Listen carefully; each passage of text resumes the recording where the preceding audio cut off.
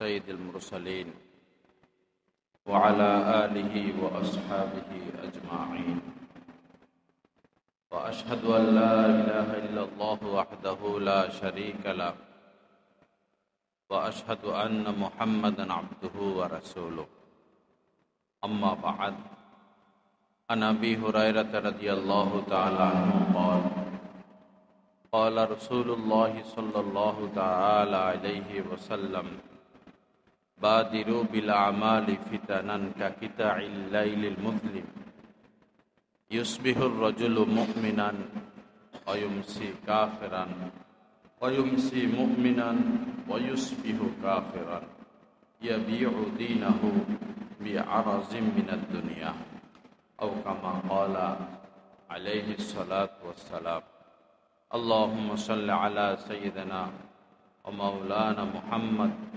وعلى آل سيدنا ومولانا محمد وبارك وسلم أستغفر الله الذي لا إله إلا هو الحي القيوم وأتوب إليه আল্লাহ পাক জাল্লা জালালুহু আমাদের সবাইকে মাফ করে দেন।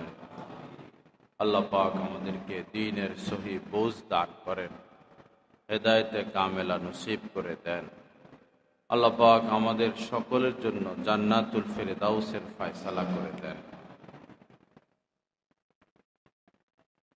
আমি একখানা হাদিস শরীফ পাঠ করলাম। হযরতে আবু হুরায়রা রাদিয়াল্লাহু তাআলা আনহু থেকে বর্ণিত, হুজুর পাক সাল্লাল্লাহু আলাইহি সাল্লাম বলেন, বাদিরু বিল আমালি ফিতানান কাকিতাইল লাইলিল মুজলিম। কিছু রাত্র আছে এমন যে খুব অন্ধকার। তো নবীজি বলেন, অন্ধকার রাত্রির ন্যায় ফিতনা ফাসাদ আসার আগে দ্রুত নেক কাজ করে ফেল। বাদিরু বিল আমাল, নেক কাজ, ভালো কাজ, নেক আমল যা করার খুব দ্রুত করে ফেল।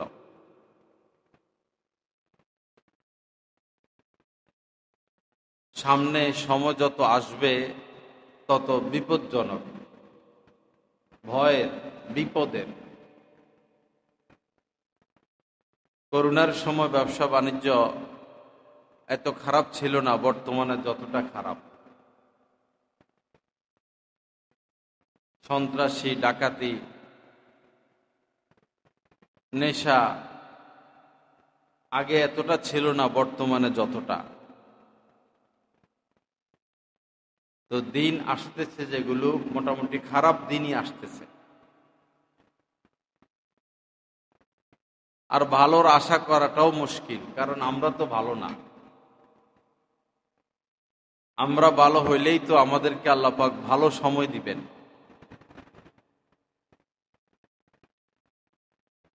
তো নবীজি বলেন, নেক আমল দ্রুত করে ফেলো। ইউসবিহুর রাজুলু মুমিনান ওয়া ইউমসি কাফিরান।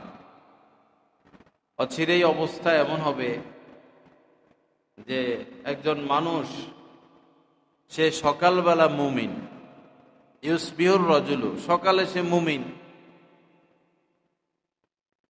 অয়মসি কাফেরান, সন্ধ্যাবেলা সে কাফের হয়ে যাবে। এমন কাজে লিপ্ত হবে, এমন কথা বলবে, এমন মানুষের সাথে মিশবে, সকালে ছিল মুমিন, সন্ধ্যা লগ্নে সে কাফের। অয়মসি মুমিনান ওয়ায়ুসবিহু কাফেরান, অথবা সন্ধ্যায় সে ছিল মুমিন, রাতভর এমন কাজ করেছে বা এমন কথা বলেছে, সকাল হতে হতে সে কাফের। ইয়াবিউ দীনাহু বিআরাজিম মিনাদ দুনিয়া।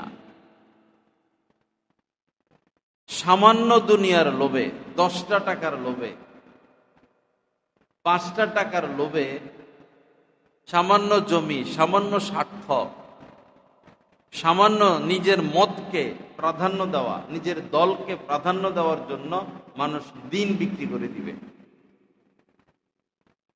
ইয়াবিউ দীনাহু বিআরাযিম মিনাদ দুনিয়া, তুচ্ছ দুনিয়ার লোভে দিন বিক্রি করে দিবে। এই জন্য নবীজি বলেন, ওই পরিস্থিতির শিকার হওয়ার আগেই, পরিস্থিতি সামনে আসার আগেই নেক কাজ করে ফেলো। পবিত্র কোরআনে রব্বুল আলামিন বলেছেন, ফাস্তাবিকুল খায়রাত, যে খুব দ্রুত ভালো কাজ, ভালো কথা যেটা মাথায় আসে তাড়াতাড়ি করে ফেলো। শয়তান ঘুরে দিতে বেশি দেরি হবে না। রাত্রে ঘুম ভাঙলো বা ঘুম আসতেছে না, তো মনে হলো যে উঠি 2 রাকাত নামাজ পড়ি, সাথে সাথে উঠে যেতে হবে। মনে আসলো উঠে যেতে হবে। একটু দেরি করলে শয়তান মনে আরেকটা দিবে, আজকে নয় কালকে থেকে পড়ো, আজকে আরাম করো, আজকে আরাম করো, কালকে থেকে। আল্লাহ পাক সহিহ বুঝ দান করেন। এবং পবিত্র কোরআনে রব্বুল আলামিন বলেছেন, ওয়াসারিউ ইলা মাগফিরাতিম মির রাব্বিকুমুল জান্নাহ। আল্লাহ পাক বলেন যে দ্রুত ছুটো, ওয়াসারিউ, দ্রুত ছুটো, রকেটের গতি এর চেয়েও বেশি। ইলা মাগফিরাতিম মির রাব্বিকুম, তোমাদের রবের ক্ষমার দিকে। ওয়াল জান্নাহ, এবং ওই জান্নাতের দিকে যার প্রশস্ততা আসমান আর জমিনের ন্যায়, ওই জান্নাতের দিকে ছুট। তো হুজুরে পাক সাল্লাল্লাহু আলাইহি সাল্লামের এই বাণী এবং পবিত্র কোরআনের আয়াত দ্বারা প্রমাণ হয় যে নেক কাজে অলসতা করতে নাই, বিলম্ব করতে নাই। অনেক সময় আমাদের এই মসজিদে এই কালেকশন হয়,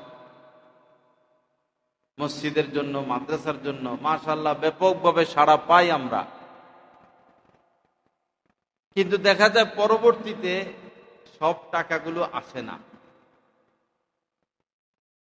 কারণ কি? কারণ হলো এখানে মন তৈরি হয়েছে, দেই 500 টাকা, দেই 5000 টাকা। এখান থেকে যাওয়ার পর তো শয়তান শুরু করে কাজ। সে তো ক্লান্ত হয় না, সে নিরাশ হয় না, সে ক্লান্ত হয় না, সে নিরাশ হয় না। আমরা তো একটা কাজ 1 বার 2 বার 3 বার 5 বার 7 বার 10 বার 12 বার, সর্বোচ্চ 12-13 বার, সর্বোচ্চ 12-13 না, 5-7 বারের পরে যদি সফল না হই ছেড়ে দেই। শয়তান একই কাজ 1000 বার 1,00,000 বার করবে, তাও সে ব্যর্থ হলেও সে নিরাশ হবে না। এমনকি কোনো মানুষ যদি একদম আল্লাহওয়ালা হয়ে যায়, মুত্তাকি হয়ে যায়, তার গুমরা হওয়ার সম্ভাবনা একদম কম অথবা নাই।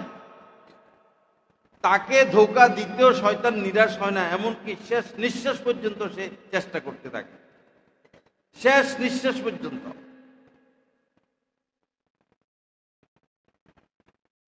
হযরতে জুনায়েদ বাগদাদী রহমতুল্লাহ আলাইহির নিকট এক যুবক ছেলে আসছিল।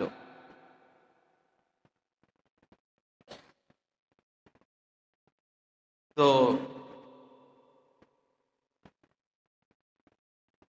আচ্ছা, সেদিকে যাচ্ছি না। আমরা যেভাবে নিরাশ হই, সে কিন্তু নিরাশ হয় না, চেষ্টা অব্যাহত রাখে।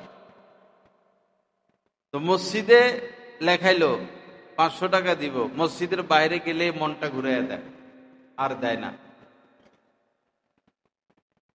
তো এতে কি হয়? তার অজান্তেই সে দিত 500, তার অজান্তে 5,000, 10,000, 50,000 শেষ হয়ে যায়, বুঝে না তো।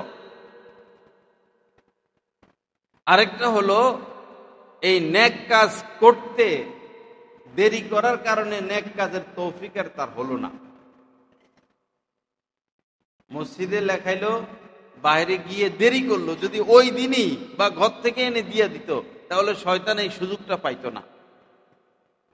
এজন্য বাদিরু বিল আমাল ফাস্তাবিকুল খায়রাত, নেক কাজ খুব দ্রুত করে ফেলা, মাথায় যেটা আসছে সেটা করে ফেলা।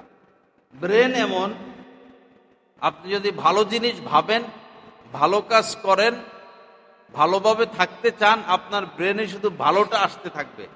নতুন নতুন ভালো কাজ, ভালো কর্ম, নেক আমল আল্লাহ আপনার ব্রেনে দিতে থাকবেন, আসতে থাকবে। আপনি যদি কদর করেন, আমরা যদি কদর করি, তো আরো ভালো কাজ আসতে থাকবে মাথায়। আর যদি কেউ খারাপ নিয়ে ব্যস্ত থাকে, পাপ নিয়ে ব্যস্ত থাকে, পাপের চিন্তা করে, তো তার মাথায় পাপ একটার পর একটা এরকম আসতে থাকবে। আশ্চর্য বিষয়,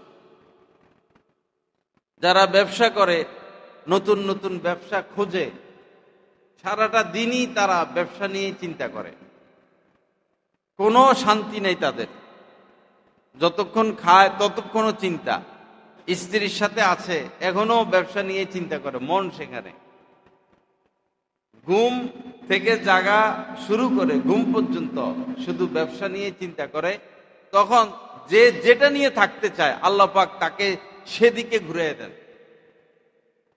যে যেদিকে ঘুরতে চায়, যে যেদিকে যেতে চায়, আল্লাহ পাক তাকে সেদিকে ঠেলে দেন।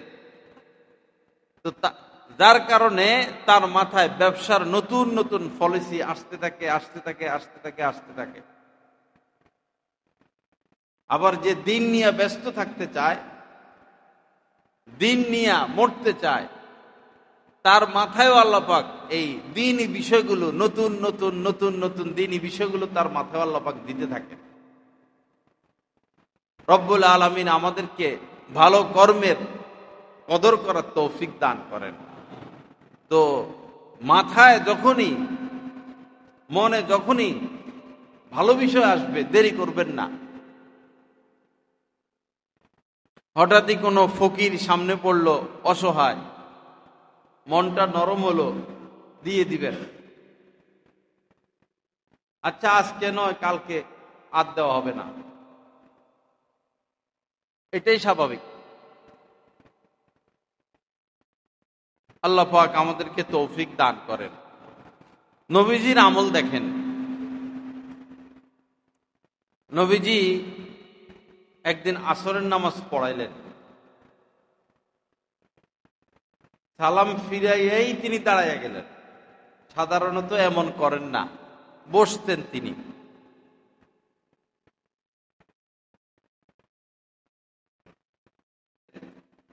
এবং মানুষকে অতিক্রম করে ঘরে চলে গেলেন।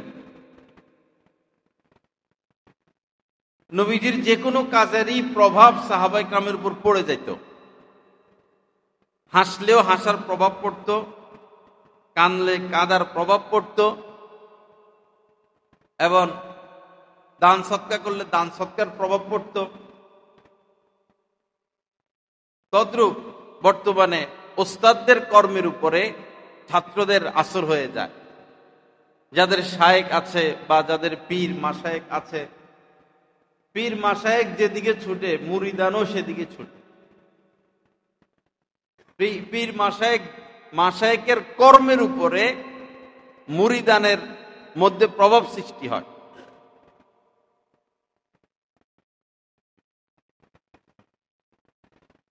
তো নবীজি হঠাৎ দাঁড়িয়ে গেলেন, মানুষকে অতিক্রম করে বাসায় গেলেন।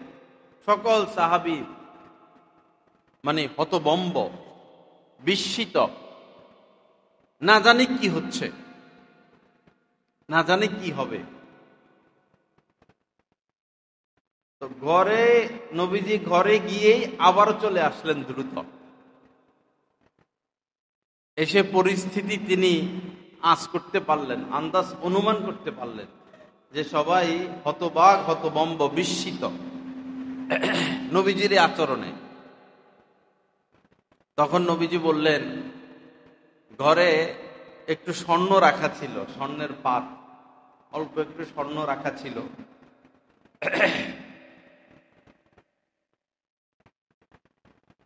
তো এই স্বর্ণটা ঘরে থাকুক, এটা আমি চাই নাই। এই স্বর্ণটা আমার ঘরে থাকুক, এটা আমি পছন্দ করি নাই।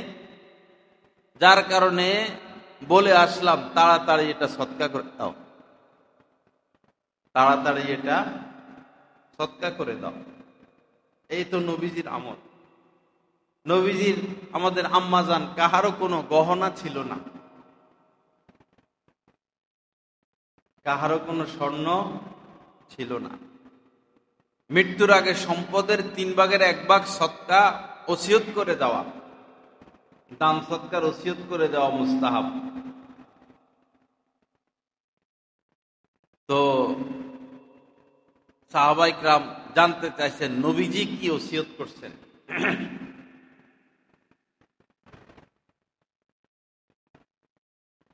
তো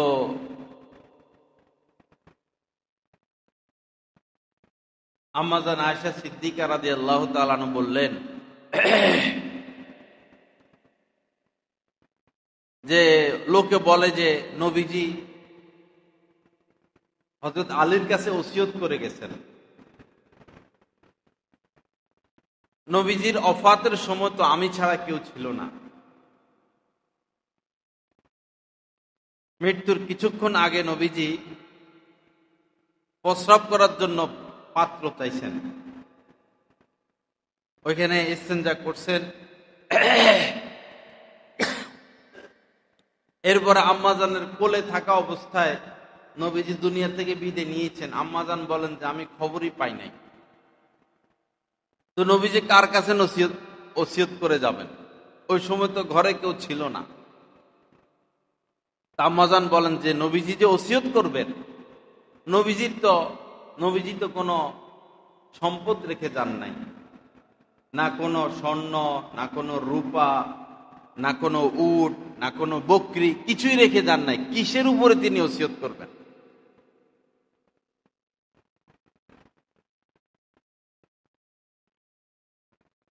তা আম্মাজানদের এই কোনো গহনা ছিল না।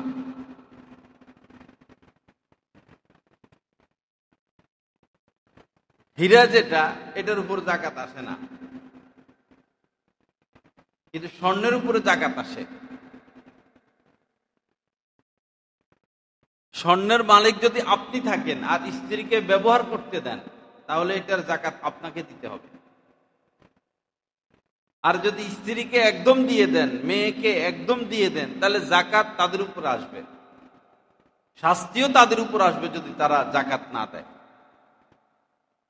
হাদিস শরীফের মধ্যে এসেছে স্বর্ণরূপাকে জাহান্নামের আগুনের মধ্যে ছেঁক দেওয়া হবে, গরম করা হবে, উত্তপ্ত করা হবে। পরে যারা জাকাত দেয় নাই তাদের কপালে পাজরে এই ছেঁক দেওয়া হবে, গরম এটা লাগিয়ে দেওয়া হবে। দা যে বটি বানায়, দা বানায়, কামার লাল হয়ে থাকে লোহাটা, এটা তো দুনিয়ার আগুনের দ্বারা লাল করা হলো।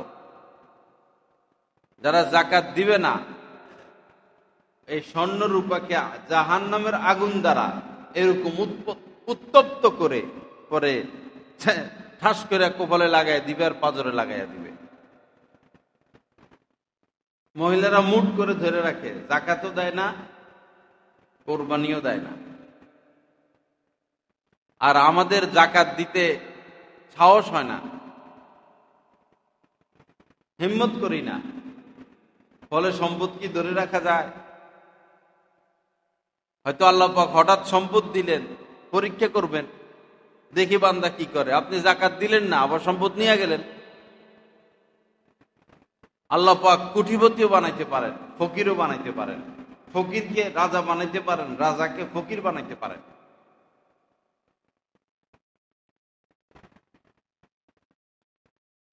তো বাদিরু বিল আমালি ফিতানান কা কিতাইল লাইলিল মুসলিম,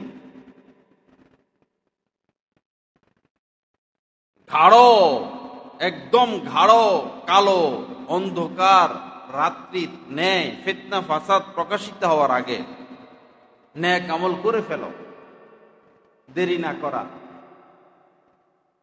সময় খুব কম। আমাদের যাদের 80 বছর, তারও আশা, প্ল্যান প্রোগ্রাম দেখলে মনে হয় এবারে আরো 180 বছর বাঁচবে। 80 হয়ে গেছে, এখনো মরণের চিন্তা আসে নাই, এখনো সম্পদের 3/1 সে ওসিয়ত করে নাই। হযরতে সাদ রাদিয়াল্লাহু তাআলা আনহু অসুস্থ হলেন, নবীজি তাকে দেখতে গেলেন। সম্পদ ছিল, তো তিনি বললেন, ইয়া রাসূলুল্লাহ, আমি আমার সকল সম্পদ দান করে দিতে চাই। উনি ভাবতেছেন যে উনি মারা যাবেন। তো নবীজি বললেন যে না, ওয়ারিশ তো আছে। পরে বললেন তাহলে 3/2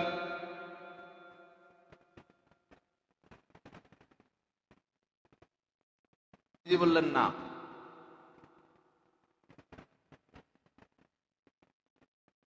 পরে বললেন তাহলে অর্ধেক, আমার সম্পদ আমি অর্ধেক দান করে দেই। নবীজি বললেন না। পরে বললেন 1/3, 3/1 নবীজি বললেন ঠিক আছে, 3/1 তুমি ওসিয়ত করে দাও। আমাদের সমাজে ওসিয়তের কোনো নিয়ম আছে? কেউ ওসিয়ত করে মৃত্যুর আগে? করে, সন্তানের নামে লিখে দেয় সম্পদ। তো সন্তানের নামে সম্পদ লিখে দিলে আপনার কি লাভ? এরা কি ল্যাংলা লুলা? এদের কি জ্ঞান বুদ্ধি নাই? এরা তো এই কামই করবে। আপনি আপনার জন্য কি নিয়ে গেলেন? আপনি চলবেন কিভাবে? আপনি খাবেন কি? আপনি থাকবেন কোথায়? দুনিয়াতে তো এই চিন্তাটা আমাদের মাথায় আসে, মৃত্যুর পরের বিষয়টা কেন আসবে না? এজন্য হিম্মত করে 3/1 সদকা করে দিবেন, সদকার ওসিয়ত করে যাবেন মৃত্যুর আগে। এটাই আপনার, এটাই আপনার। একদিন নবীজি বললেন, তোমাদের মধ্যে কে এমন আছে যে নিজের সম্পদের চেয়ে ওয়ারিশের সম্পদকে বেশি পছন্দ করো? সম্পদ কিছুর মালিক আপনি, কিছুর মালিক আপনার স্ত্রী, কিছু সম্পদের মালিক আপনার সন্তান, এরকম তো হয়। তো নবীজি বলেন যে তোমরা কে আছো এরকম, তোমার সম্পদের চেয়ে তুমি তোমার ওয়ারিশ, ছেলে মেয়ে, স্ত্রীর সম্পদকে বেশি মহব্বত করো। সাহাবায়ে কেরাম বললেন, আমাদের মধ্যে এরকম কেউ নাই, আমরা সবাই ওয়ারিশের সম্পদের চেয়ে নিজের সম্পদকে বেশি পছন্দ করি। নবীজি বললেন, না না না না, তোমরা সবাই তোমার নিজের সম্পদের চেয়ে তোমার ওয়ারিশের সম্পদকে বেশি পছন্দ করো। সাহাবায়ে কেরাম বললেন যে না ইয়া রাসূলুল্লাহ, আমরা সবাই আমার নিজের সম্পদকে বেশি পছন্দ করি, ওয়ারিশেরটা না, ছেলে মেয়ে স্ত্রীরটা না, আমার নিজেরটা বেশি পছন্দ করি। নবীজি বললেন, না, তোমরা তোমাদের সম্পদকে বেশি পছন্দ করো না, তোমরা তোমাদের ওয়ারিশদের সম্পদকে বেশি পছন্দ করো। তখন নবীজি বললেন, মা লুকা মা কদ্দামতা ও মাল ওয়ারিসিকা মা আখারতা, তোমার মাল তো সেটাই যেটা তুমি অগ্রে পাঠিয়ে দিয়েছ, দান সদকা করেছ। তোমার মাল অতটুকু যতটুকু তুমি দান সদকা করছো, আর যা আছে এটা তোমার মাল না, তোমার সন্তানের মাল, তোমার ওয়ারিসের মাল। এই দৃষ্টিকোণ থেকে নবীজি বলেছেন যে তুমি তোমার সম্পদকে ভালোবাসো না, তুমি তোমার ওয়ারিসের সম্পদকে ভালোবাসো।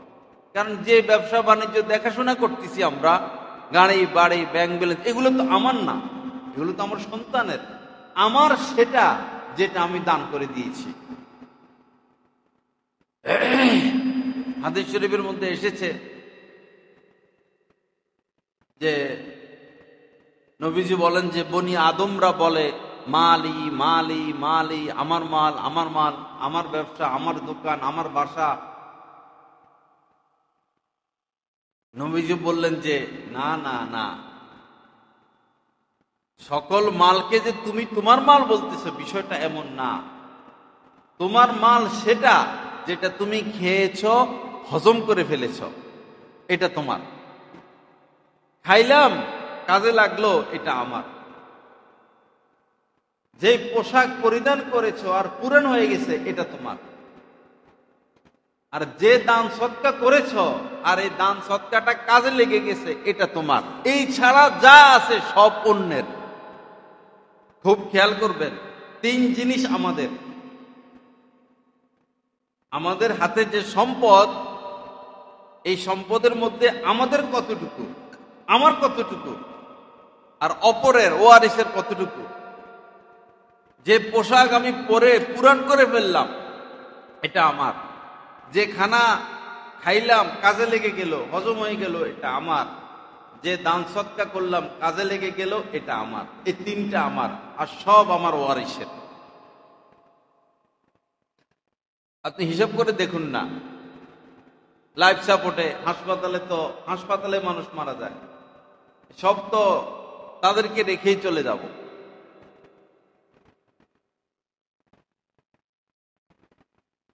লা ইলাহা ইল্লাল্লাহ। আল্লাহ পাক আমাদেরকে সহি বুঝ দান করেন, আমাদেরকে সাহস দান করেন। দান সৎকা, যাকাত, দিনী কাজে সহযোগিতা, এটা শিয়াল মার্কা মন হইলে কেউ পারে না। মন হইতে হবে সিংহের ন্যায়। সিংহ আত্মসমর্পণ করে না, লড়ে যায়, লড়তে থাকে। বছরে একবার উমরা করলে আর ভৈরবের মানুষের জন্য কি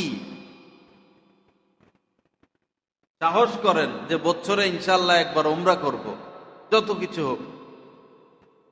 হজ ফরজ হজ করে ফেলবো, যত কিছু হোক। যদি সুযোগ না হইল, আগামী বছর যাব, এর বছর যাব, ওই বছর যাব, ছেলেকে বিবাহ করায়, মেয়েকে বিবাহ দেই, ব্যবসাটা একটু চাঙ্গা করি, বাড়ির কাজটা শেষ করি, এরপরে হজ করব। ভুল ধারণা, ভুলের মধ্যে আছেন। হজের কাজ কঠিন, এটা দুর্বল হয়ে গেলে করা যায় না। শরীর দুর্বল হয়ে গেলে সাফা মারওয়ায় 7 চক্কর, জোয়ান মানুষ পা ব্যথা হয়ে যায়। একটা উমরা করলে আনুমানিক 14-15 কিলোমিটার হাঁটা লাগে একটা উমরায়। কাবার চতুর্পাশে 7 চক্কর, ধরেন কাছাকাছি 7 কিলোমিটার বা একটু কমই হবে। সাফা মারওয়ায় 1 কিলো করে, 7 কিলো, এখানে ধরেন 6 কিলো। এরপরে আপনার হোটেল থেকে কাবা পর্যন্ত যাওয়া 2 কিলো 3 কিলো। আবার উমরা শেষ করে চুল কেটে আবার হোটেলে যাওয়া, এখানে 2 কিলো 3 কিলো, কত কিলো হয়। হজ্জের কাজ বয়স থাকতে করে ফেলতে হবে, এক কদম পিছে দেওয়ার সময় নাই। কারণ নবীজি বলেছেন, সে ইহুদি হয়ে মরুক অথবা খ্রিস্টান হয়ে মরুক, তার উপর হজ ফরজ। চাই সে ইহুদি হয়ে মরুক, চাই সে খ্রিস্টান হয়ে মরুক। এরপরে আর কি বলার আছে? মা বাবা যে সন্তানের উপর অসন্তুষ্ট হয়, শেষ কথা বলে দেয়, আমার মরা মুখ যেন আল্লাহ তোরে না দেখায়, আমার জানাজায় তুই আসবি না। আর কি বলবে? শেষ কথা বলে দেয়।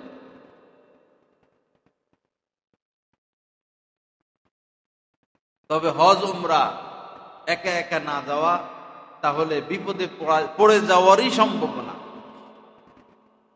এক বুড়া মানুষ, আশপাশেরই নাতিও হয়ে গেছে, এরকম বুড়া হজ করে এসে পাগল হয়ে গেছে, বিয়ে করব। থাম, সে টাকা পয়সা আছে, সে বিয়ে করবে। সবাই বলে, তুমি বুড়া বেটা, তুমি কিসের বিয়ে করো? কর না, আমি বিয়ে করবই করবো।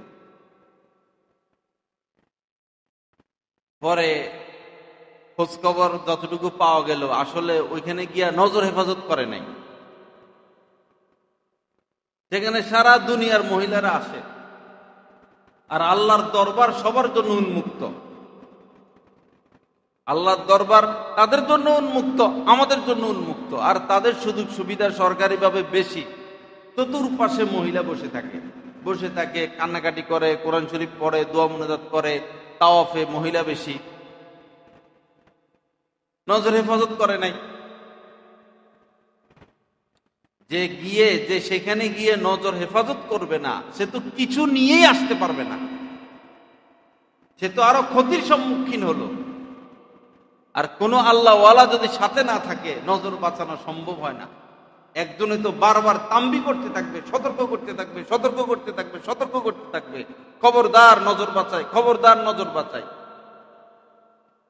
আর নিজেরা নিজেরা চলে গেলাম, কে সতর্ক করবে, কে রাস্তা দেখাবে?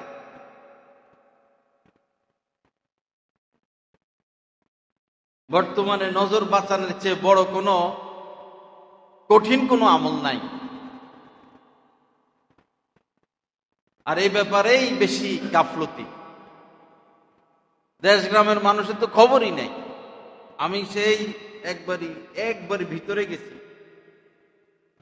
সাবেক প্রেসিডেন্টের এলাকার আরো ভিতরে, ওদিকে আর কি।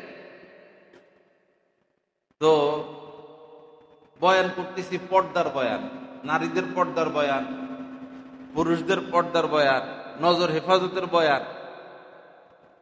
তো যারা বয়ানে বসছে হাসাহাসি করে, ধাক্কাধাক্কি করে, একটা আরেকটারে খোঁচা মারে, এরকম আর কি, উপহাস কয় আর কি। হুজুরে কি কয় এগুলো? পরে স্টেজের মধ্যে যারা ছিলেন ওলামা ইকরাম বললেন, ঘটনা টটনা কন, এগুলা তো ঘটনা শোনান। যাই হোক, বয়ান শেষ হলো। পরে খবর পাইলাম এই এলাকার মানুষ, নারী পুরুষ ছেলে মেয়ে একসাথে নদীতে গোসল করে, একসাথে নদীতে গোসল করে। এখন এদেরকে নজর হেফাজতের বয়ান কইলে আর কি হবে? দিন পায় নাই কখনো। দিন ভিন্ন বিষয়, দিন অনেক গভীরের বিষয়। আমরা দিনের মধ্যে কতটুকু উঠলাম, কতটুকু দিন পাইলাম, কতটুকু দিন নিয়ে চলতেছি।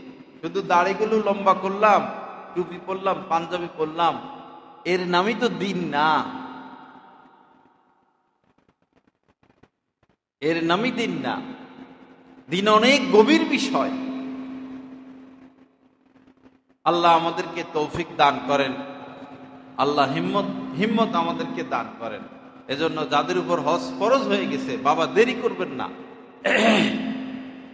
যাকাত ফরজ হয়ে গেছে, দেরি করবেন না। কার জন্য রাখবেন? কার জন্য রাখবেন? এগুলো তো সব ওয়ারিসের মাল। সম্পদ যা দেখতেছেন সব আল্লাহর কসম আপনার সন্তানের। আজকে মারা যাবেন, হঠাৎ মানুষের মৃত্যু হইতে পারে না। হঠাৎই তো মানুষ এখন মারা যায়। বলে কয়ে প্রস্তুতি নিয়ে কয়জন বিদায় নিতে পারে বর্তমানে? এজন্য নেক কাজে দেরি করতে নাই। মাথায় আসছে, তৌফিক আছে, করে ফেলবেন। চলাফেরা, উঠা বসার সময় বিজ্ঞানীরা বলে যে ব্রেনের সবচেয়ে ভালো ওষুধ, ব্রেন ঠিক রাখার সবচেয়ে ভালো ওষুধ আলহামদুলিল্লাহ বলা। বিজ্ঞান যত আপডেট হচ্ছে, আল্লাহ রাসূলের সুন্নত গুলো যে সবচেয়ে বড় বিজ্ঞান, সবচেয়ে বড় চিকিৎসা ওষুধ, এটা সামনে আসতেছে। বড় বড় ডাক্তাররা পরামর্শ যেগুলো দেয়, একজন আলেমের সাথে বড় ডাক্তারের কথা মিলিয়ে দেখেন, দেখবেন সব সুন্নত। সেই 1500 বছর আগে নবীজি এগুলো বলে গেছেন। কোনো চিকিৎসার প্রয়োজন হবে না, কোনো বিজ্ঞানের প্রয়োজন হবে না। আপনি সুন্নত নিয়ে চলতে থাকেন। সুন্নতের চেয়ে বড় বিজ্ঞান নাই, সুন্নতের চেয়ে বড় চিকিৎসা নাই। নবীজি সবচেয়ে বড় বিজ্ঞানী, নবীজি সবচেয়ে বড় ডাক্তার, সুন্নত সবচেয়ে বড় ব্যবস্থাপত্র। 3 ভাগের 1 ভাগ খাওয়া শুরু করি না, আর অসুখ থাকবে। ক্ষুধা অনুযায়ী এক পেটকে ভাগ করব, 1 ভাগ খালি, 1 ভাগ পানি, 1 ভাগ হইল খাদ্য। আগে আগে ঘুমিয়ে যাওয়া, এসার পরে কথাবার্তাও মাকরুহ, বিনা প্রয়োজনে। আমাদের এই এলাকায় একজন আছে, মাগরিবের পরে ঘুমাইসা যায়। আমাদের বন্ধু মানুষ, মাগরিবের পরে চোখের মধ্যে ঘুম। এটাই তো ভালো। প্রয়োজনে খানা আগে খাইয়া ফেলা, এশার পরে পরে ঘুম। ফজরের সময়ের মধ্যে আল্লাহ পাক বরকত রাখছেন। ফজরের পরে 1 ঘন্টায় আপনি যে কাজ করতে পারবেন, জোহরের পরে 10টার পরে 11টার পরে 5 ঘন্টা আপনি সে কাজ করতে পারবেন না, চ্যালেঞ্জ আপনার সাথে। ফজরের পরের সময়ে 1 ঘন্টা আপনি যতটুকু কাজ সমাধান করতে পারবেন, অন্য সময় 5 ঘন্টায় 7 ঘন্টায় সমাধান করতে পারবেন না। কারণ ফজরের পরের সময়ের মধ্যে আল্লাহ বরকত রাখছেন। দুপুর হইলে তো দৌড়াদৌড়ি, ছুটাছুটি, গরম, ব্যস্ততা, ব্যাংকে জ্যাম লেগে থাকে, রাস্তাঘাটে জ্যাম লেগে থাকে, হোটেলে জ্যাম লেগে থাকে, অস্থিরতা, বকাবকি, হানাহানি, বাজারে ফেতনা ফাসাদ, রাস্তাঘাটে ফেতনা ফাসাদ। দুপুর হইলে আর কোনো কাজ করা যায়? কাজের সময় তো ফজর, কিন্তু আমরা সারা রাত মোবাইল টিভি, ঘুমাই হইল 3টা-4টার দিকে। বরকতের সময় ঘুমাই থাকি। সুন্নতের উপর চলে আসি, আর চিকিৎসা লাগবে না। মেসওয়াক, পেস্ট তো এটা কেমিক্যাল, পেস্ট এটা কেমিক্যাল। ব্রাশ এটা প্লাস্টিক দিয়ে বানানো, ক্ষতি আছে। মেসওয়াকে কোনো ক্ষতি নাই। করতে থাকেন না ছোটকাল থেকে মেসওয়াক, দাঁতের ডাক্তারের কাছে যেতে হবে না।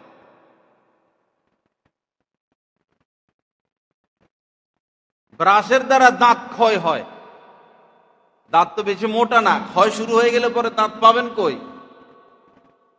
ব্রাশের দ্বারা দাঁত ক্ষয় হয়, মেসওয়াকের দ্বারা কখনো দাঁত ক্ষয় হয় না।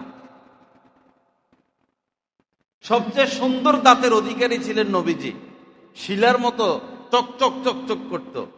তিনি তো পেস্ট ব্যবহার করেন নাই, ব্রাশও ব্যবহার করেন নাই, মেসওয়াক ব্যবহার করতেন।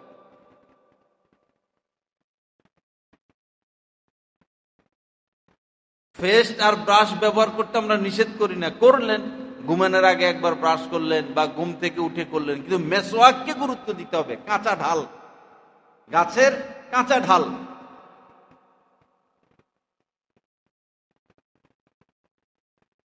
সুন্নতের উপর চলে আসলে আর আর এটাই একটা, এই যে কি বলে এটারে, মানে সুস্থ জিন্দেগির পথ, সুন্নতি পথ। নবীজি 2 বেলা খাদ্য গ্রহণ করতেন, আমরা তো 10 বার খাই। ভিতরের পাকস্থলী এটা একটা আল্লাহর পক্ষ থেকে দেওয়া, এটা একটা মেশিন। তো এটারে বারবার স্টার্ট দিবেন আর বন্ধ করবেন, স্টার্ট দিবেন বন্ধ করবেন, স্টার্ট দিবেন বন্ধ করবেন, তো এটার ক্ষতি আছে না? সারাদিনই আমরা, বাচ্চারা সারাদিনই খায়, আমাদের বাচ্চারা। গরু ছাগলের কাম এটা, হাঁস মুরগির কাম এটা, সারাদিন খাওয়া, তাদের কাজই খাওয়া। মানুষ তো লিমিট, নিয়ম মোতাবেক চলবে। নবীজি 2 বেলা খানা গ্রহণ করতেন, খাদ্য গ্রহণ করতেন, তাও দোনো বেলা তিনি পেট ভরে খেতেন না। ওই সময় খাদ্য খাবার এক ব্যাখ্যা হলো খাদ্য খাবার ছিল না, আরেক ব্যাখ্যা হলো বর্তমান যুগ জামানা হিসাবে করা যায় যে এটা তো স্বাস্থ্যের জন্য উপকারী। দাওয়াতের খানা পাইলে, গোশত টোস্ত পাইলে, ওই সময় পাশে যদি পিসাবও বসে থাকে, মাথা ঠিক নাই, পাশে ওস্তাদ বসছে না মা বাবা বসছে না নিজের আপন ছেলে বসছে, মাথা ঠিক নাই। ওই যে ইট ভাঙার মেশিন দেখছেন না, শুধু ইট দেয় আর ভাঙে ফেলায়, এরকম শুধু ঢুকাইতেছে ঢুকাইতেছে ঢুকাইতেছে, আর তো মধ্যভূমি তো বাড়াইতেছে।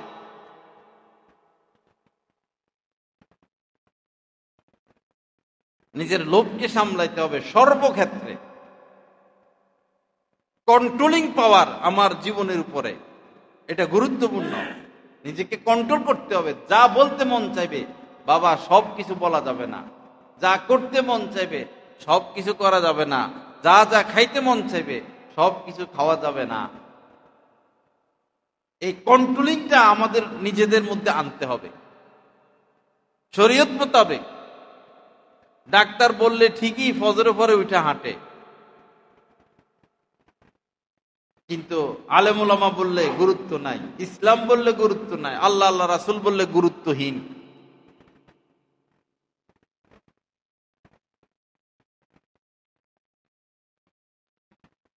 নিজের উপরে কন্ট্রোলিং পাওয়ার। সব কিছু দেখা যাবে না, সব দিকে চোখ দেওয়া যাবে না, এই কন্ট্রোলিং নিজের মধ্যে আনতে হবে। সব কিছু ভাবা যাবে না। কোনো পাপের কল্পনা অতীতের বা ভবিষ্যতে কোনো পাপ নিয়ে প্ল্যান প্রোগ্রাম করা, কোনো নায়িকা, কোনো গায়িকা, কোনো নারী নিয়ে জল্পনা কল্পনা শুরু হতে পারে, কিন্তু এটাকে বাড়তে দেওয়া যাবে না, কন্ট্রোল করে ফেলতে হবে, একদম হার্ট ব্রেক। আপনি গাড়িতে বসা, সামনের দিক থেকে আসতেছে ট্রাক, মুখোমুখি হয়ে গেছে, ট্রাক ওয়ালাও দেয় চাপ আর গাড়ি ওয়ালাও দেয় চাপ, হার্ট ব্রেক। হার্ট ব্রেক দেওয়ার কারণে ট্রাক ওয়ালাও, ট্রাকটাও বাঁচে, ড্রাইভারও বাঁচে, গাড়ি ওয়ালাও বাঁচে, ড্রাইভারও বাঁচে, গাড়িটাও বাঁচে। হার্ট ব্রেকের কারণে যখনই কোনো কুচিন্তা শুরু হয়ে যাবে, সাথে সাথে হার্ট ব্রেক মেরে দিলে আপনার ঈমানটাও হেফাজত থাকবে, আপনার তাকওয়াটাও হেফাজত থাকবে, আল্লাহর সাথে আপনার সুসম্পর্ক কায়েম থাকবে। কিন্তু খারাপ চিন্তা মনে আসবে, মনটা এরকমই, দিল এরকম, নানান আশেপাশে জিনিস মনে আসতেই থাকবে। সাহাবায়ে কেরাম বলেছেন নবীজিকে, ইয়া রাসূলুল্লাহ, এমন এমন কথা মনে আসে, এগুলো বলার চেয়ে আগুনে ঝাঁপ দিয়ে পড়ে মরে যায়, আগুনে পুড়ে মরে যাওয়া আরো ভালো। তো মনে এই আকতা কুকতা আশা, এটা পাপ না। আকতা কুকতা নিয়ে কল্পনা করা পাপ। মনে কুচিন্তা, খারাপ চিন্তা, কোনো নারী নিয়া, নারীদের পর পুরুষ নিয়া খারাপ চিন্তা আশা অপরাধ না, আশাটা স্বাভাবিক, কিন্তু আপনি এটাকে বাড়াইতে পারবেন না। ঠাস করে ব্রেক মেরে দিবেন যে না, আমি খারাপ চিন্তা করব না। যেমন ছোটকালে অতীতে হয়তো কোনো পাপ হয়েছিল, হঠাৎ সেটার কথা মনে পড়ে গেল, এখন আর বাড়ানো যাবে না, এখানে ব্রেক। হঠাৎই পরিকল্পনা শুরু হলো, ভবিষ্যতে আপনি কোনো পাপ টাপ করবেন, গুনাহ টুনা করবেন, এখানেই ব্রেক, এটাকে আর বাড়তে দেওয়া যাবে না। তাহলে গুনাহ হবে না, আপনার অন্তরটা সাদা থাকবে, পরিষ্কার থাকবে। আর বাড়াবেন পাপের কল্পনা, এই কল্পনাই আপনাকে পাপে জড়িয়ে দিবে। ইয়ালামু খাইনাতাল আয়ুনি ওয়া মা তুখফিস সুদূর। মহান আল্লাহ পবিত্র কোরআনে বলেছেন যে তোমরা যে এদিক সেদিক তাকাও, চোখের খেয়ানত, আল্লাহ সব জানেন। এবং মনের গতিবিধি, তোমাদের মন কি চিন্তা ভাবনা করে, কই ছুটাছুটি করে, সব আল্লাহ পাক জানেন। মনের ছুটার, সেই মন সবচেয়ে দ্রুতগামী। মনে যে কোনো কিছু আপনি আনতে পারবেন, মনকে যে কোনো জায়গায় নিতে পারবেন, কিন্তু এই মনের উপরে আপনাকে এক কন্ট্রোলিং পাওয়ার আল্লাহ পাক দান করছেন, আপনাকে সেটা খাটাইতে হবে। খারাপ কল্পনা করা যাবে না, অবৈধ কল্পনা করা যাবে না, খারাপ চিন্তা করা যাবে না, কারো ক্ষতির চিন্তা করা যাবে না, নিজেরও ক্ষতির চিন্তা করা যাবে না, কোনো অন্যায় চিন্তা করা যাবে না। কিন্তু অন্যায় বিষয় মাথায় আসবে। যেমন দোকানে বসছেন, আপনার দোকান, মালটাল মোটামুটি আছে, ব্যবসা বাণিজ্য চলতেছে, হঠাৎই মাথায় আসলো যে মাল যদি আরো বেশি হইতো, ব্যবসা আরো বেশি হইতো, কাস্টমার এসে ফিরে যায়, অনেক ক্ষেত্রে এই মালটার অভাব, ওই মালটার অভাব, কি করা যায়, অথচ ব্যবসা চলতেছে। পরে এই কল্পনা বাড়তে বাড়তে আপনাকে, আপনার কল্পনা আপনাকে ব্যাংকে নিয়ে যাবে যে তাহলে 10 লাখ টাকা নাও।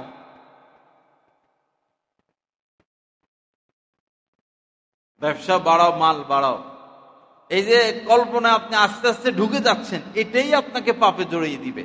এজন্য আগে ব্রেক মেরে দেন যে না, আল্লাহ আল্লাহ রাসূলের নিষেধ, আমি সুদের পথে হাঁটবো না।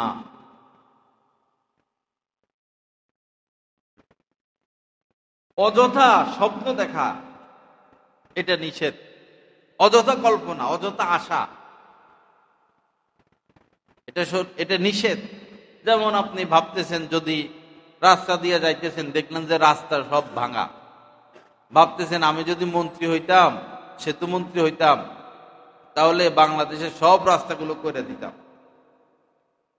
ভাবতেছেন। বা আমি যদি এই দেশের প্রধানমন্ত্রী হতে পারতাম, তাহলে এটা করতাম, ওইটা করতাম, সেটা করতাম, এটা করে দিলাম, সেটা করে দিলাম। এই আজে বাজে অযথা চিন্তা না করা, ফাও চিন্তা, এটার দ্বারা আল্লাহর স্মরণ আপনার দিলে কখনো আসবে না। আমরা তো সার্বক্ষণিক আল্লাহকে স্মরণে রাখবো, আল্লাহর সাথে কথা বলবো, আল্লাহর সাথে যোগাযোগ রাখবো, আল্লাহ পাকের সাথে মহব্বত রাখবো, এটা অন্তরের খোরাক। দেখবেন কি শান্তি। আল্লাহর স্মরণ, আল্লাহর জিকির অন্তরে রাখলে শান্তি। আল্লাহর স্মরণ ব্যতীত আর যত চিন্তা ভিতরে রাখবো, এটার দ্বারা অন্তরের মধ্যে আগুন বাড়বে, জ্বালা বাড়বে, যন্ত্রণা বাড়বে, অশান্তি বাড়বে। মাছের শান্তি হলো পানিতে, পশু পাখির শান্তি হলো পাখির শান্তি খোলা আকাশে, জন্তু জানোয়ারের শান্তি বন জঙ্গলে, শিশু বাচ্চার শান্তি মায়ের কোলে, পিপাসিত ব্যক্তির শান্তি পানি পান করার মধ্যে, ক্ষুধার্ত ব্যক্তির শান্তি খাবার গ্রহণের মধ্যে, অন্তরের শান্তি আল্লাহর কসম আল্লাহর স্মরণের মধ্যে। আলা বিযিকরিল্লাহি তাতমাইন্নুল কুলুব। শুনো, এই যে বলো যে শান্তি নাই, শান্তি নাই, মনে শান্তি নাই, কি হয়েছে? মনে শান্তি নাই, অশান্তি, পেরেশানি, জ্বালা যন্ত্রণা, বোর জ্বালা, ছেলের জ্বালা, মেয়ের জ্বালা, রাজনৈতিক জ্বালা, কেস মামলা, ব্যবসা বাণিজ্য, ঋণ, ব্যবসা বাণিজ্য খারাপ, এই হয়েছে সেই হয়েছে, ভবিষ্যৎ চিন্তা ভাবনা, ভবিষ্যৎ কল্পনা, আদার ব্যাপারে জাহাজের খবর নেয়। আমরা হইলাম সব আদার ব্যাপারেই খবর নিতেছি, বড় বড় জাহাজের। আমাদের কাম হইল আল্লাহকে নিয়ে পড়ে থাকা, আল্লাহর স্মরণ। আমাদের কাম হইল আল্লাহর স্মরণ, এটার মধ্যে শান্তি। কিন্তু আমরা কি আল্লাহকে স্মরণ করি? দৈনিক কতবার আল্লাহর কথা মনে পড়ে? কতক্ষণ বসে বসে আল্লাহর কথা চিন্তা করি, কল্পনা করি? কে আমরা দিলে দিলে আল্লাহর সাথে কথা বলি? এ দিল দানই করছেন আল্লাহ পাক আল্লাহর সাথে কথা বলার জন্য। দিল দিছে নিয়ে জন্য, আল্লাহর সাথে কথা বলার জন্য, মহব্বত করার জন্য, ভালোবাসার জন্য। কিন্তু আমাদের দিলে হলো শুধু বাড়ি একটা করছে, আরেকটা, আরেকটা করছে, আরেকটা, আরেকটা করছে, আরেকটা, ব্যবসা একটা খুলছে, আরেকটা, 1 লাখ করে আসে, আরো কেমনে 2 লাখ আসে, 2 লাখ করে আসে, আরো কেমনে 5 লাখ করে আসে, প্রতি মাসে 5 লাখ আসে, আরো কেমনে 10 লাখ আসে, প্রতি মাসে 10 লাখ করে আসে, আরো কেমনে 1 কোটি আসে। আচ্ছা ঠিক আছে, আপনি চেষ্টা করতে করতে এমন পর্যায়ে গেছেন যে প্রতিদিন আপনার 1 কোটি টাকা করে আসে। এরপরে এখন কি আপনি শান্তিতে আছেন? একটু ভেবে দেখুন তো। দৌড়াদৌড়ি, ছোটাছুটি করতে করতে এই পর্যায়ে আপনি গেছেন, প্রতিদিন আপনার 1 কোটি টাকা একবারে নগদ ব্যালেন্স আসে। এখন একটু মনে করেন বাস্তবে আপনার 1 কোটি করে আসে। এখন একটু চিন্তা করে দেখুন, আপনি কি সুখে আছেন? শান্তিতে আছেন? শান্তিতে ঘুমাইতে পারেন? শান্তিতে খাইতে পারেন? ছেলে মেয়ের থেকে ভালো ব্যবহার পাচ্ছেন? স্ত্রীর থেকে ভালো ব্যবহার পাচ্ছেন? বিশেষ করে আপনার অন্তরে কি শান্তি আছে? 1 কোটি করে পাইতেছেন প্রতিদিন। একটু ভাবেন না ভাই, যে আমি প্রতিদিন 1 কোটি টাকা করে কামাই, আমি শান্তি পাচ্ছি কিনা একটু ভাবেন তো। ফলাফল এই আসবে, শান্তি নাকি অশান্তি আরো বাড়ছে? অশান্তি আরো বাড়ছে। কারণ কি? কারণ অন্তরের শান্তি তো কোরআনের কথা, কেবলই আল্লাহর স্মরণের মধ্যে। শান্তি তো আল্লাহর স্মরণের মধ্যে আল্লাহ পাক রাখছেন, আল্লাহর আনুগত্যের মধ্যে রাখছেন, বান্ডিলের মধ্যে রাখেন নাই। আলা বিযিকরিল্লাহি তাতমাইন্নুল কুলুব। শুনো, এই ছুটাছুটি দৌড়াদৌড়ি করে কি আর হবে? মনোযোগ দিয়ে শুনো, শান্তি কিন্তু আমি রাখছি আমার স্মরণের মধ্যে। ফাইনাল কথা আল্লাহ পাক বলে দিচ্ছে।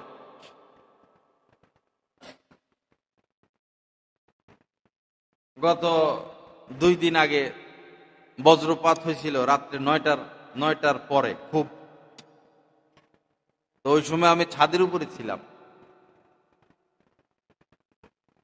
তো বজ্রপাতটা আমরা 2 জন ছিলাম, কেমন যেন মনে হয়েছে যে আমার হাতের উপরে হয়েছে। এখানে আলো জ্বলে উঠছে আমার হাতে, এবং শর্ট করলে যেমন লাগে এমন একদম আমার ডাইন হাতের এই আঙ্গুলের উপরে বজ্রপাতটা হয়তো আশপাশ হয়েছে বা এটার আসর আসছে এখানে। শর্ট করলে যেমন এমন লাগছে, এবং এই আলোটা ঠিক এখানে জ্বলে উঠছে, কেমন যেন কেউ লাইট মারছে এরকম। পরে ভাবলাম আর কি, যে আমার তো মৃত্যু হতে পারত, যদি মৃত্যু হয়ে যেত তো আল্লাহর সামনে কি পেশ করতাম, কি এমন আমল করলাম যে আল্লাহকে দেখাবো, কি করলাম, দেখানোর মতো তো কিছু নাই। আমার ভাইরা, যে কোনো মুহূর্তেই আমাদের বিদায় নিতে হবে। যা করেছি ভুল করেছি, আর যেটা পিছনে ঘুরতেছি সব ছেলে মেয়েদের, আমার আপনার কিছু না।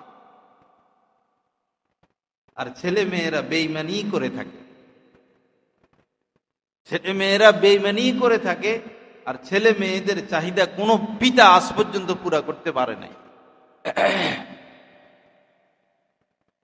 কোন পিতা যারা হাজার হাজার মিলিয়ন ট্রিলিয়নের মালিক, এত সম্পদ দিয়াও সন্তান আর স্ত্রীর চাহিদা কেউ মিটাইতে পারে নাই।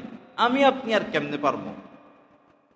এজন্য যতটুকু হয়েছে স্বাভাবিক থাকি, অন্যায় পথে না যাই।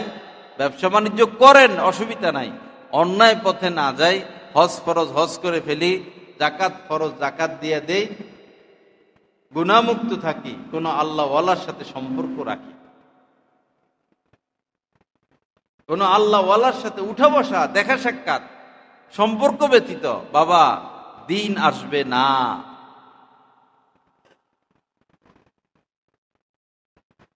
আল্লাহ পাক রাস্তায় রাখছেন, আমার পর্যন্ত আসতে হলে আমার কোন অলির মাধ্যমে আসো। রাহবার লাগে, রাহবার। অসুখ হলে ডাইরেক্ট ফার্মেসির থেকে ওষুধ খাওয়া যায় না, ডাক্তারের মাধ্যমে যেতে হবে। ডাইরেক্ট প্রধানমন্ত্রীর কাছে যাওয়া যায় না, পিএস এর মাধ্যমে যেতে হবে। আল্লাহ পর্যন্ত যেতে হলে, নেক জিন্দেগি গ্রহণ করতে হলে কোন আল্লাহওয়ালার সোহবত, ভিজিট লাগবে না। আমাদের ডাক্তার সাহেবরা তো ভিজিট দিতে হয়, টেস্ট দেয়। আল্লাহওয়ালাদের কোনো ভিজিট নাই, কোনো টেস্ট নাই, ফ্রি চিকিৎসা। শুধু সাথে উঠা বসা করবেন, এতটুকু কাজ আমাদের দ্বারা হয় না। সকল সাহাবী কোন আল্লাহ রাসূলের কাছে বায়াত ছিলেন। বায়াত হওয়া সুন্নত। নেটের কারণে, এই ইউটিউব, এগুলার বিভিন্ন বক্তারা বিভিন্ন বক্তব্য দেয়, যার কারণে মানুষ আলেমদের সোহবতে যায় না। ইহুদি খ্রিস্টানরা সফল, তারা আলেম এবং সাধারণ মানুষের মধ্যে পার্থক্য সৃষ্টি করে দিয়েছে।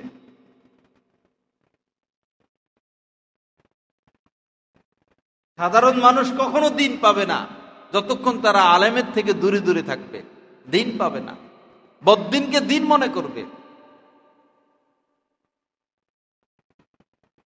দাওয়াতুত তাবলীগের এই মহান খেদমত মাওলানা ইলিয়াস সাহেব রহমতুল্লাহ আলাইহি এই লক্ষ্যে বের করেছিলেন যে সাধারণ মানুষ একদিকে, আলেম ওলামা আরেকদিকে, সম্পর্ক নাই, যেন সাধারণ মানুষ আর আলেম ওলামার মধ্যে সম্পর্ক হয়ে যায়। সাধারণ মানুষ আলেম ওলামার কাছে ছুটে যান, বসেন, সময় দেন, দিন নেন। এজন্যই তিনি এই কাজ চালু করেছিলেন। আল্লাহ পাক সহি বুঝ দান করেন, আলেম ওলামাদের সোহবতে আসা যাওয়ার তৌফিক দান করেন। সময় নষ্ট না করে দিন নিয়ে অগ্রসর হই, দিন নিয়ে ব্যস্ত থাকি, আল্লাহকে নিয়ে ব্যস্ত থাকি, আল্লাহ রাসূল নবীজির সুন্নত নিয়ে ব্যস্ত থাকি। কাজে আসবে। যেই কাজ নিয়ে ব্যস্ত আছি, আমরা যেই কাজ নিয়ে ব্যস্ত আছি, একটু ভেবে দেখি আমার সাথে এটা যাবে কিনা। লা ইলাহা ইল্লাল্লাহ। আল্লাহ পাক আমাদের সবাইকে মাফ করে দেন। তো আজকে আমাদের এই মসজিদে মাসিক ইসলাহি বয়ান, ইনশাল্লাহ কিছু সময় জিকির হয়, দোয়া মুনাজাত হয়, ইসলাহি বয়ান হয়, বাদ এশা। আমরা সবাই আসার চেষ্টা করব এবং আত্মীয় স্বজন যারা বেপথে, খারাপ পথে, বন্ধু বান্ধব, দাওয়াত দিব। নবীজির সারা জীবনের আমল দাওয়াত, সে দাওয়াতও আমরা ছেড়ে দিয়েছি, দাওয়াত দেই না। আপনার ঘরে মেহমান আসলে একটু দাওয়াত দিয়ে দেন না, নামাজের দাওয়াত, দ্বীনের দাওয়াত। রিক্সায় বসলেন, রিক্সাওয়ালাকে একটু দাওয়াত দিয়ে দেন। ফকিরকে ভিক্ষা দিলেন, একটু দাওয়াত দিয়ে দেন, বাবা নামাজটা পড়ো। দাওয়াত উঠে গেছে। ঘরের মধ্যেও দাওয়াত নেই। স্বামী স্ত্রীকে দাওয়াত দিবে, স্ত্রী স্বামীকে দাওয়াত দিবে,